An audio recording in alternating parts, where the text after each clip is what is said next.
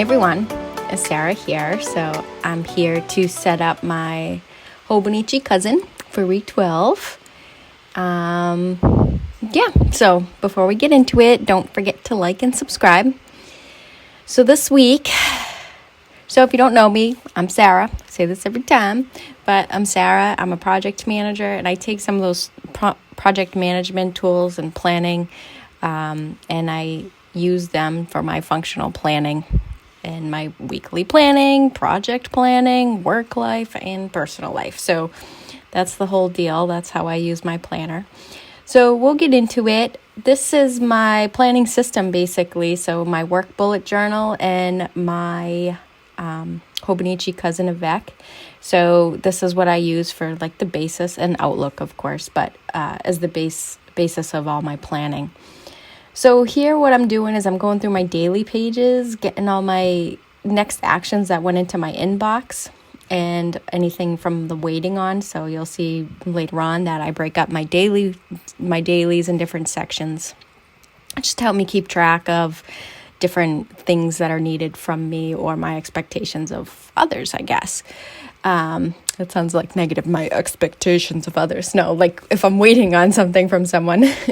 So that's kind of the first part of me figuring out what I need to do. The next thing I do is this weekly trigger list. And this thing, I love this stupid thing, but it really does. It just helps me empty my brain and get everything out of the nooks and crannies, I like to think. And it's just a bunch of prompts to help me go through different areas in my personal life or my professional life. And I just figure out what I got to do. So after I go through that trigger list, I like to run through my projects list to just have have everything like, do I have to do something for this project or that project or this project? So you saw my project matrix earlier, and that's like the roadmap for the year. And then this work projects list is really what we're actively working on.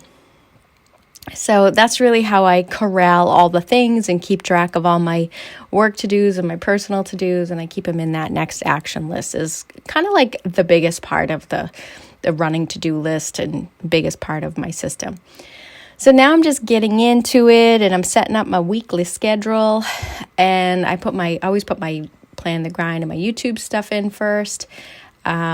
So I do a productivity or work bullet journal or some type of work-related efficiencies managing work thing on Monday, and on Saturdays I do my plan with me's. I just moved it from Friday mornings. So, and then I try to release new products in my Etsy shop on Sundays. So that's what those stickers are at the top. And then I do my top 3, and down in the right-hand corner, I've been tracking my emails, like the days I get to inbox 0. And it's so funny, consistently at the end of the month, I don't get to inbox 0. But in the beginning, the other 3 weeks of the month, basically, I get to inbox 0 pretty much, almost like 80% of the time. So it's kind of nice to have those expectations of like understanding, I shouldn't say expectations, understanding of myself, like how I work and really what's practical, because it's just crazy at the end of the month.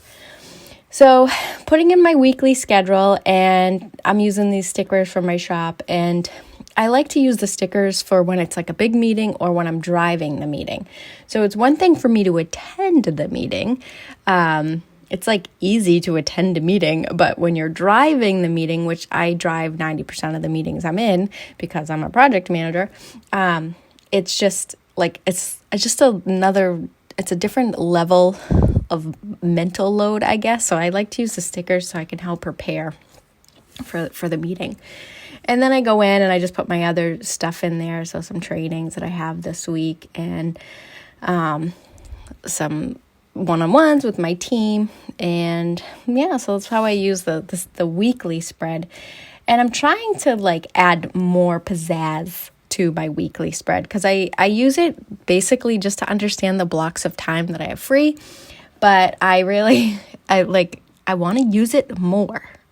So I'm always trying to think of different ways of using it. And I do add a little feature at the end of this to my weekly layout too, just to help me kind of keep track of some things.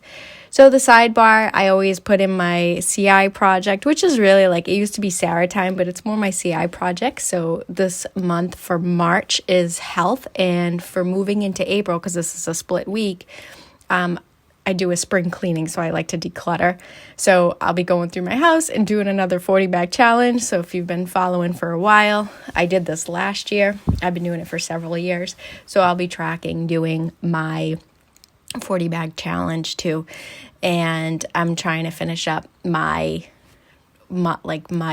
February and March. So February's pretty much done. I focused on money. I only have like 1 or 2 tasks left for February, so I've improved my budget. And then health, I'm building out like a meal planning routine system for myself. Because one thing to make a plan, but it's another thing to build a system. So I've been working on building a system as my like March goal to help me with health and eating. So what else? So that's over on my Patreon. If you're interested, I'll leave a link in the description. And this is my daily pages. So these are like the meat and potatoes. And I live in these pages, which still cracks me up because I didn't like the Hobonichi because of the daily pages. But now it's like the basis of my planning. So I like to use the daily pages to keep track of what I call moments that matter. So that's the big sticker I put down underneath the day of the week. And I like to keep track of, I refer to them as moments that matter. So like my health, my money, my water, my calories, my food, my activity, my mood. Like those are the moments that matter throughout the day for like my overall just well-being and financial well-being and family well-being. So I like to just make that really prevalent. And when I don't use those, I never have any intention behind it. And it kind of like, it makes me sad basically. So I like having that because even if I don't hit all the areas on it, I know that I'm making some progress to it. So it just helps me. Anyway, I like my sticker. And then so my days, I break up. This is what you saw when I was bringing my next actions, like emptying my dailies into the next actions list. So I'm putting in next action agenda to do, inbox, and then waiting on. So those are just the things that get thrown at me throughout the day. I can just quickly put them there. You know, like I just put them away so I don't have to like remember later to go do it. It just helps me sort them as they're coming at me. And I do have an inbox, like an email inbox, and I don't really, I'm not going to write down every email I get. That would be insane. But I do have a very similar system set up in my Outlook using like some rules that I built, and I do quick sorts when I process my inbox. So it's very similar to this though. And that's a huge key of how I get to inbox zero. That was a game changer, actually. The Outlook rules and quick steps that I have, major game changer in my email management. I can't say enough. And I'm actually one of the projects I'm working on for my 90 days. So go check out my 90-day one. I posted that last week. I'll leave a link. So that's one of the projects I'm going to build them out for my teams to help them manage the inbox, just because emails are so ineffective, but so relied on. So like I have this love-hate relationship with them. But anyway, enough about my complaining about emails. So the routine builder card. So I got those out because I'm working on a new morning routine in my personal, like before work time. So I have a pretty solid work morning routine, but I want like a pre-work routine. And so I took out those routine builder cards because I've been using Post-its for it. So here, this is where I'm changing it up a little on the weekly. So I like to use this Hobonichi, I forget what this is called, this A6 thing, the supplement. And I like to use this so I can understand what I have for available free time, the number of hours. And I'm not saying like, stuff comes up, I end up hanging out with my family or whatever, or running an errand or whatever. It's just like the unallocated or unscheduled time that I have. And I like to highlight it and count how many hours I have. So you guys know I've been doing this for a few weeks now, well, maybe a couple months now. So here I got 64 hours that I have free.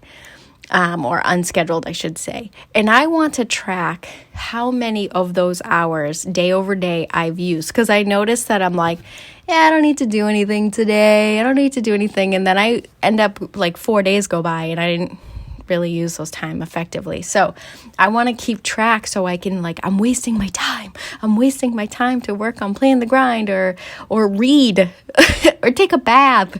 So anyhow, so it's just another way I'm kind of managing balancing everything.